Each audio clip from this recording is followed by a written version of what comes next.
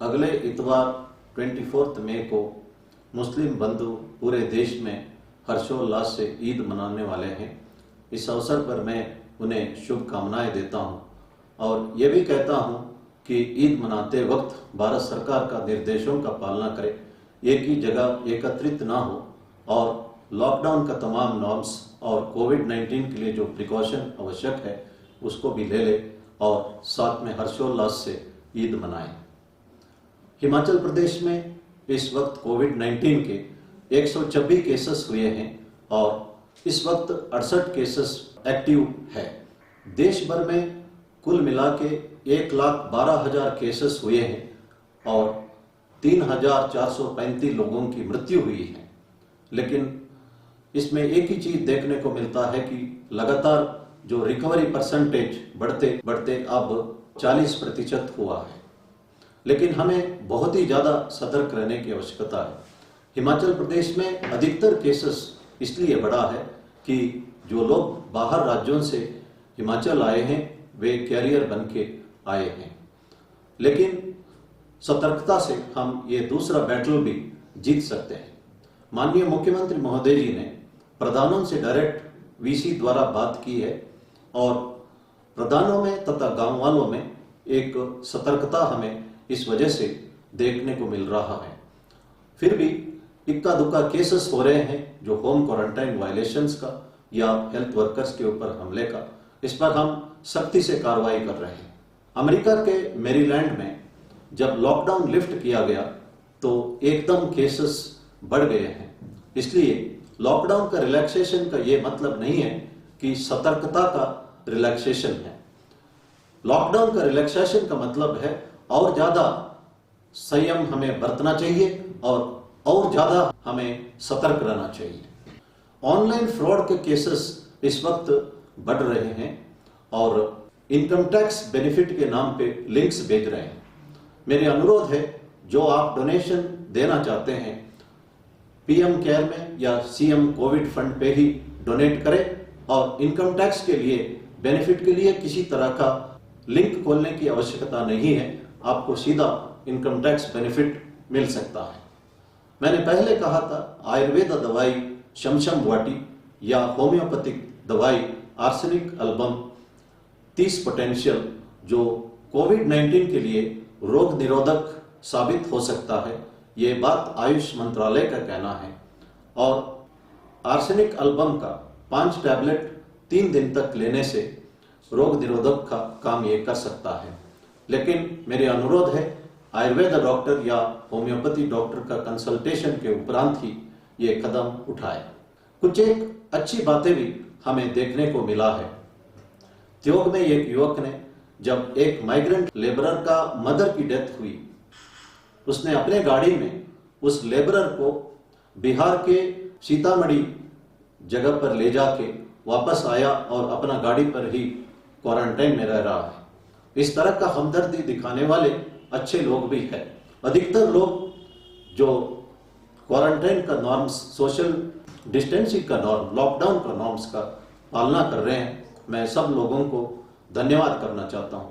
जो लोग वायलेट करते हैं उनके बारे में जिनको भी जानकारी है वे पुलिस को 9459-100-100 नंबर पे डायल करके सूचित कर सकते हैं। हम किसी को अच्छा करें या बुरा करें ये हमें ही वापस आता है। इसलिए मैं पुलिस वालों को हमेशा कहता हूं, लोगों का भला करते रहे। भला करने का कोई भी मौका खोना नहीं चाहिए। मैं ये भी कहता हूं कि जब हम सड़क पे खड़े होते हैं, अगर हमारे सामने एक्सीडेंट होता है, हमारा प्रायोरिटी होना चाहिए कि जान बचाने के लिए, और इंजर्ड को हॉस्पिटल ले जाना पड़ा जरूरी है। वहां पे डॉक्टर नहीं हो सकता है, डॉक्टर को गाड़ी भेज के बुलाना पड़ता है। ड्रिप नहीं हो सकता, ड्रिप खरीदना पड़ता है। ब्लड की कमी होगा, खुद खून देना पड़ता है या खून का इंतजाम करना पड़ता है। लेकिन जब हम जान बचाते हैं, हमारा अंतरात्मा में जो तसल्ली मिलता है उसका कोई मुकाबला नहीं है। ये बात मैं पुलिस वालों को कहते रहता हूं। जो हम किसी को बुरा करते हैं वो भी हमें ही भुगतना पड़ता है। भगवान सत्य साई बाबा कहते हैं, जो कर्ज हो या द्वेष हो या किसी तरह का क्राइम हो, कोई भी करता है उसको भुगतना ही होगा। सत्यम शिवम सुंदरम के द्वितीय वॉल्यूम में प्रोफेसर कस्तूरी एक इंसिडेंट का जिक्र करते हैं जो 1960 दशक के संदर्भ में। आंध्र प्रदेश में कल्पगिरी नाम का एक व्यक्ति खून करने के उपरांत हिमालय जाके वहां पे भगवा कपड़ा पहन के साधु बन जाता है। साधुओं से मिलके वो ज्ञान भी प्राप्त करता है, लेकिन उसका अंतरात्मा में एक दुख है। इसलिए वो दोबारा साउथ इंडिया आता है और सिंहाचलम, तिरुपति, मदुराई, रामेश्वरम, शिरडी और मैसूर के चामुंडेश्वरी मंदिर विजिट करने के उपरांत पुट्टपर्ती जाके प्रशांति निलय में जाके बैठता है।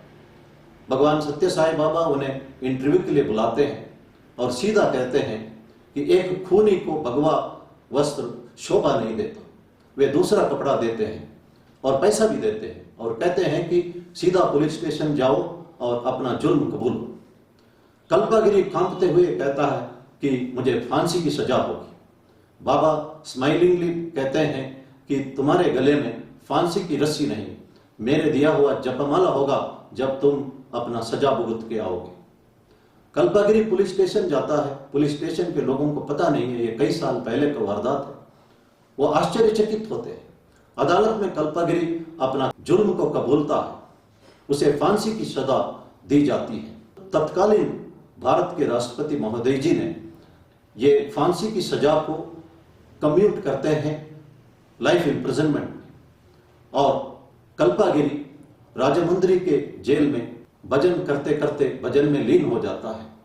जेल के अंदर एक डिवाइन एटमॉस्फेयर की वजह से जेलर 14 साल के उपरांत भी कल्पागिरी का रिहाई का रिकमेंडेशन नहीं करता, लेकिन बिना रिकमेंडेशन के उस वक्त आंध्र प्रदेश सरकार ने उसे रिहा करते हैं और वो प्रशांति निलय में जाके बाबा स्वयं उन्हें जपमाला पहनाते हैं। ये एक सत्य घटना है। इसीलिए जो कर्ज हो या द्वेष हो या अपराध हो, हमें भुगतना ही होगा। हम कर्ज करके या हम अदालत में झूठी बयान देके या झूठा एविडेंस देके क्रिमिनल जस्टिस सिस्टम के कमियों का फायदा उठाते या बेनिफिट ऑफ डाउट लेके अदालत में बरी हो सकते हैं, लेकिन बरी होने के उपरांत भी जिन्होंने अपराध किया उसे प्रकृति के नियमों के अनुसार जुर्म को भुगतना ही होगा। ये बात हमें समझना चाहिए। इस तरह का हजारों इंस्टेंसेस है। फिलिस क्रिस्टल नाम की एक अमेरिकन लेडी ने अपने किताब में एक दूसरा इंस्टेंस को बड़ा सुंदर रूप से वर्णित किया है। आज 21 मई एंटी टेररिज्म डे है। इस अवसर पर मैं ये कहना चाहता हूं, जो देश आतंकवाद का बढ़ावा देता है, सबसे ज्यादा आतंकी घटना उसी देश में होता है। हिलरी क्लिंटन ने कहा था कि ये इतना ही बड़ा मूर्खता है जैसे कोई व्यक्ति अपने घर के पीछे सांप को इस इरादा से पालता है कि वह सांप सिर्फ पड़ोसियों को जाके काटेगा और अपने को कभी नहीं काटेगा। इसीलिए इस तरह का वारदात करने वाले देश को भी इस आतंकवाद को भुगतना पड़ता है। मैं जब जेल विभाग का मुखिया था, प्रिजनर्स को मैं यही कहता था, यह एक सुनहरा मौका है कि अपना किया हुआ कर्म को भुगतने के लिए, नहीं तो एक दूसरा जन्म लेना पड़ सकता है। यही बात भगवान सत्य साई बाबा ने कल्पागिरी को कहा था, why take another birth, why not undergo in this very birth. लेकिन जो प्रिजनर्स के फैमिलीज, जो उनकी वाइफ्स और जो चिल्ड्रन ज्यादा सफर करते हैं क्योंकि उन्होंने कोई जुल्म किया ही नहीं है, सफरिंग उनका ज्यादा है। इसको मद्देनजर रखते मैंने कई जेलों में ये शुरू किया है कि आधा सजा काटने के उपरांत जो प्रिजनर्स बाहर जाके नौकरी करके अपने फैमिलीज को सपोर्ट करें। जो कर्म से भगवान भी बंधित हो जाता है। कहा जाता है कि त्रेता युग में भगवान राम ने जब एक पेड़ के पीछे छुप के वाली के ऊपर अपना तीर चलाता है, वही वाली द्वापर युग में जरा नाम का एक व्यक्ति बन के पैदा होता है और वो एक हंटर बनता है, जो सोमनाथ के नजदीक वेरावल में एक पेड़ के पीछे से वो जानवर समझ के भगवान कृष्ण के ऊपर तीर चलाता है और प्रसन्नता से भगवान कृष्ण शरीर छोड़ते हैं और उस हंटर को माफ भी करते हैं। आदि शंकराचार्य जी कहते हैं, पुनरपि जननम पुनरपि मरणम पुनरपि जननी जठरे शयनम यह संसारे बहुदुष्टारे कृपया पारे पाहि मुरारे। भगवान ही इस cycle of birth and death और जो कर्म का बंधन से हमें छुड़ा सकता है, इसलिए भगवान से प्रार्थना करते रहना चाहिए। हिंदुस्तान के लोगों में धर्म का असर है, इसी कारण से लाखों लोग जो है इस वक्त एक दूसरे का मदद करते हैं, असहाय लोगों का सेवा करते हैं। हिंदुस्तान के लोग, जैसे प्रधानमंत्री जी ने कहा, कभी थकने वाले नहीं, कभी टूटने वाले नहीं और कभी हारने वाले नहीं। मैं ये कहना चाहता हूं, when we help others we are helping ourselves. धन्यवाद। जय हिंद।